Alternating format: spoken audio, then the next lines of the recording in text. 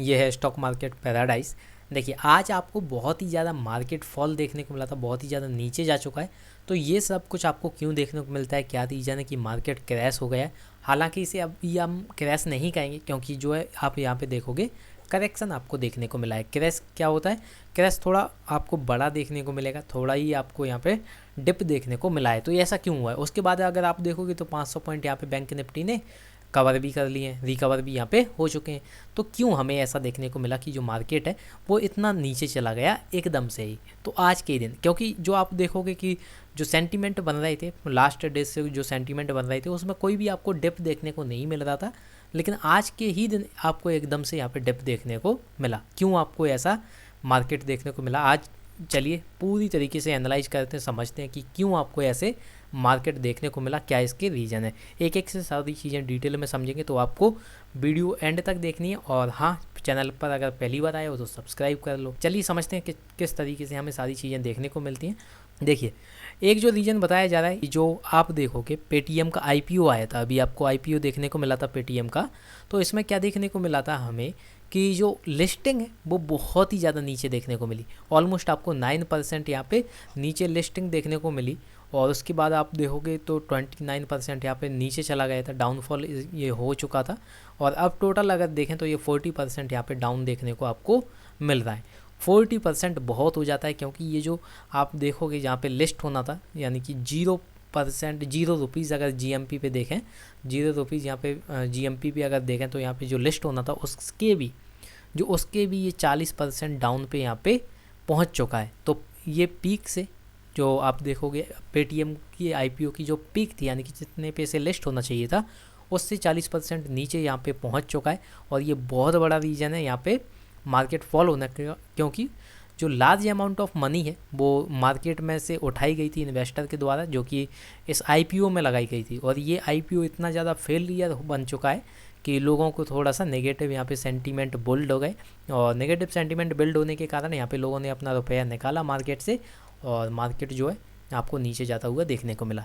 एक पॉइंट आपको ये देखने को मिलता है कि पेटीएम का जो आईपीओ है वो थोड़ी लिक्विडिटी और फेलिंग परफॉर्म की वजह से आपको यहाँ पे मार्केट थोड़ा सा यहाँ पे नीचे जाता हुआ देखने को मिल रहा है। हालांकि ये थोड़ा तो नहीं गया, बहुत ज़्यादा गया है। जो लोग यहाँ पे रुपए लगा चुके थे उन्हें काफ़ी ज़्यादा यहाँ पे नुकसान हुआ होगा। अगर दूसरे रीजन की बात करें कि आपको और क्यों देखने को मिला, तो यहाँ पे आप देखिए जो क्रूड ऑयल प्राइस है ये आपको बहुत ज़्यादा गिरती हुई नज़र आएगी। अब क्रूड, आप सोचोगे क्रूड ऑयल से क्या ही मतलब है, क्या मतलब है कि हमारा इंडियन मार्केट गिर गया है। देखिए क्रूड ऑयल जो होता है ये ग्लोबली चलता है, ग्लोबली यहाँ पे काम कर रहा है, यहाँ पे यूज हो रहा है क्रूड ऑयल का। लेकिन आप जो देखोगे कि ग्लोबल की जो डिमांड है वो कम हो गई है, स्लो हो रही है ये धीरे धीरे। क्यों? क्योंकि आप देखोगे लोग क्या है, ईवी की तरफ बढ़ रहे हैं, ईवीज़ की तरफ बढ़ रहे हैं, जो इलेक्ट्रिकल व्हीकल हैं उनकी तरफ बढ़ रहे हैं। और इसकी वजह से आप देखोगे कि क्रूड ऑयल में जो आप प्राइस देखोगे उसमें थोड़ा सा आपको फॉल देखने को नज़र आएगा। और डिमांड अगर कम हो जाएगी तो यहाँ पे इकॉनमी थोड़ी सी स्लो हो जाएगी। तो यही रीज़न एक और है कि आपको देखने को मिल रहा है मार्केट का थोड़ा सा यहाँ पे करेक्शन आपको देखने को मिला। ऑयल प्राइजेस जो हैं वो फॉल हो चुकी हैं, बहुत टाइम से आपको देखने को मिल रही हैं, हफ्ते 2 हफ्ते से ये नीचे जा रही हैं, बहुत धीरे धीरे ये जाती हैं। लेकिन आप जो देखोगे एक और प्रॉब्लम देखने को मिलेगी, सप्लाई चेन जो है वो भी बहुत ज़्यादा प्रॉब्लम यहाँ पे क्रिएट कर रही है। तो सप्लाई प्रॉब्लम भी हो रही है यहाँ पे। और आप देखोगे कि क्रूड ऑयल की जो प्राइस है वो भी बहुत ज़्यादा गिर चुकी हैं। तो इसकी वजह से भी आपको जो मार्केट है वो थोड़ा सा नीचे जाता हुआ देखने को मिलेगा। अगर वहीं पे बात करें थर्ड पॉइंट की, अगर ये क्यों देखने को मिला, तो इन्फ्लेशन बहुत ज़्यादा इम्पोर्टेंट है ये वाला। तो क्योंकि देखिए लॉकडाउन जब लगा था तो गवर्नमेंट ने खुद को संभालने के लिए यहाँ पे करेंसी प्रिंट की। करेंसी प्रिंट होने की वजह से क्या हुआ, अब मार्केट में सप्लाई ज़्यादा हो गई करेंसी की। और जब ज़्यादा सप्लाई हो जाती है मार्केट की तो थोड़ा सा यहाँ पे सेंटीमेंट नेगेटिव हो जाती हैं ग्लोबली। तो आप देखोगे कि मैसिव राइज इन इन्फ्लेशन ये आपको अक्रॉस दी वर्ल्ड देखने को मिला। क्यों? क्योंकि जो गवर्नमेंट थी उन्होंने प्रिंटिंग ज़्यादा कर दी थी मनी की, और क्योंकि ये चाहते थे कि लॉकडाउन में जो इकॉनमी है उसको सपोर्ट ऐसे ही कर सकते हैं। इसकी वजह से पैनिक क्रिएट हो गई यहाँ पे, पैनिक जो आप देखोगे सेंटीमेंट क्रिएट हो गए, और ग्लोबल सेंटीमेंट यहाँ पे नेगेटिव आपको देखने को मिल रहे हैं। इसकी वजह से आपको मार्केट थोड़ा सा डाउन देखने को मिलेगा। फॉलिंग वैल्यू ऑफ करेंसी, और जब आप ज़्यादा यहाँ पे करेंसी प्रिंट कर देते हो तो यहाँ उसकी वैल्यू गिर जाती है। यानी मान लीजिए 100 प्रिंट आपने किए रुपए, 100 रुपये प्रिंट किए, इसकी वैल्यू है 50। ओके, आपने 200 कर दिए तो इसकी वैल्यू क्या हो गई 25, तो ये गिर गई ना। तो यही आपको देखने को मिला है इन्फ्लेशन में, इसी वजह से आपको थोड़ा सा मार्केट यहाँ पे करेक्शन देखने को मिला।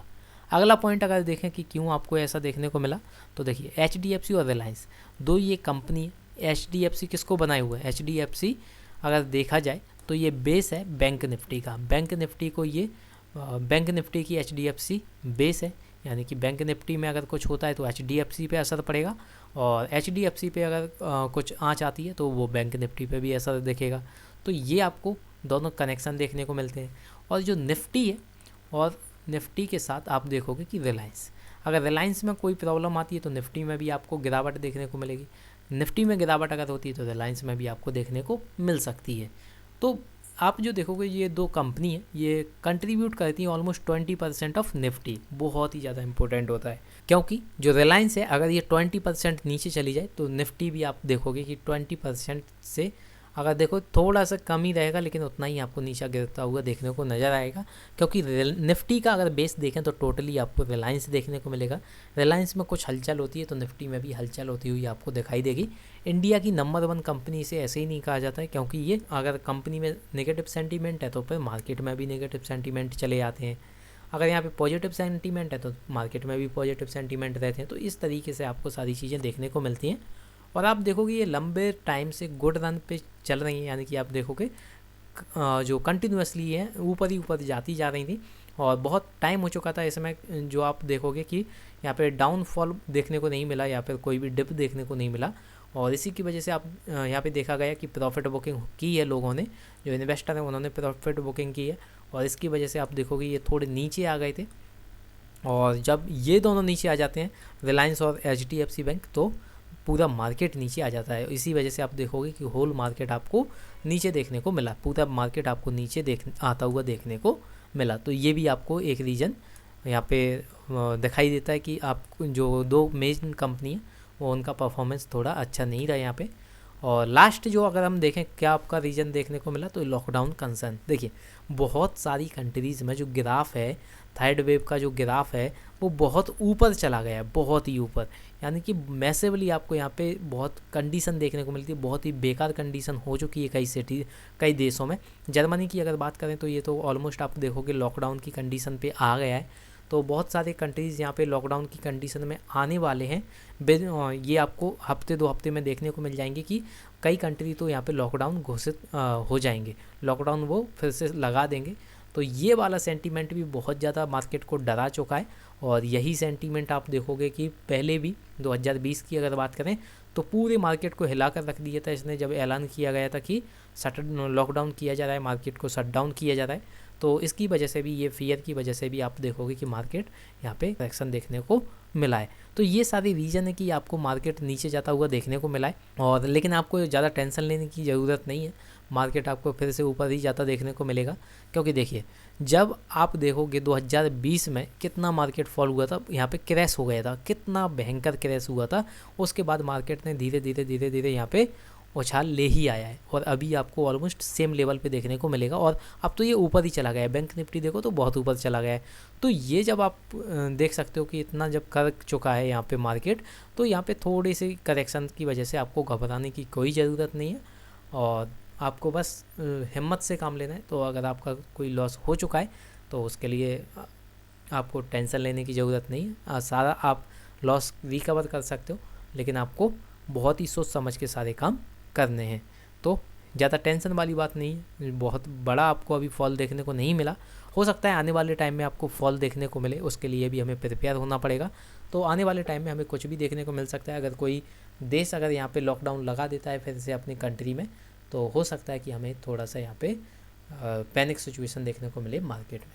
सो ये आप पूरा एनालिसिस क्या हमें देखने को मिला, किस तरीके से हमें यहाँ पे जो लॉकडाउन की वजह से हमें मार्केट नीचे जाता हुआ देखने को मिला, इन्फ्लेशन की वजह से, क्रूड ऑयल की वजह से, जो दो मेन कंपनी है HDFC और रिलायंस की वजह से। तो ये सारे रीज़न हमने देखे, और यही आपको मेन रीज़न दिखाई देते हैं जो मार्केट को नीचे ले आए। सो ये था पूरा एनालिसिस। और अगर आपने डीमैट अकाउंट नहीं बनाया तो लिंक मैंने डिस्क्रिप्शन बॉक्स में दे दी, आप वहाँ पे जाके अपना डीमैट अकाउंट बना सकते हो। अप स्टॉक आपको बहुत ही अच्छा ब्रोकरेज हाउस देखने को मिलता है, फ्री ऑफ कॉस्ट आप यहाँ पे अपना डीमैट अकाउंट बना सकते हो और अपनी इन्वेस्टमेंट स्टार्ट कर सकते हो।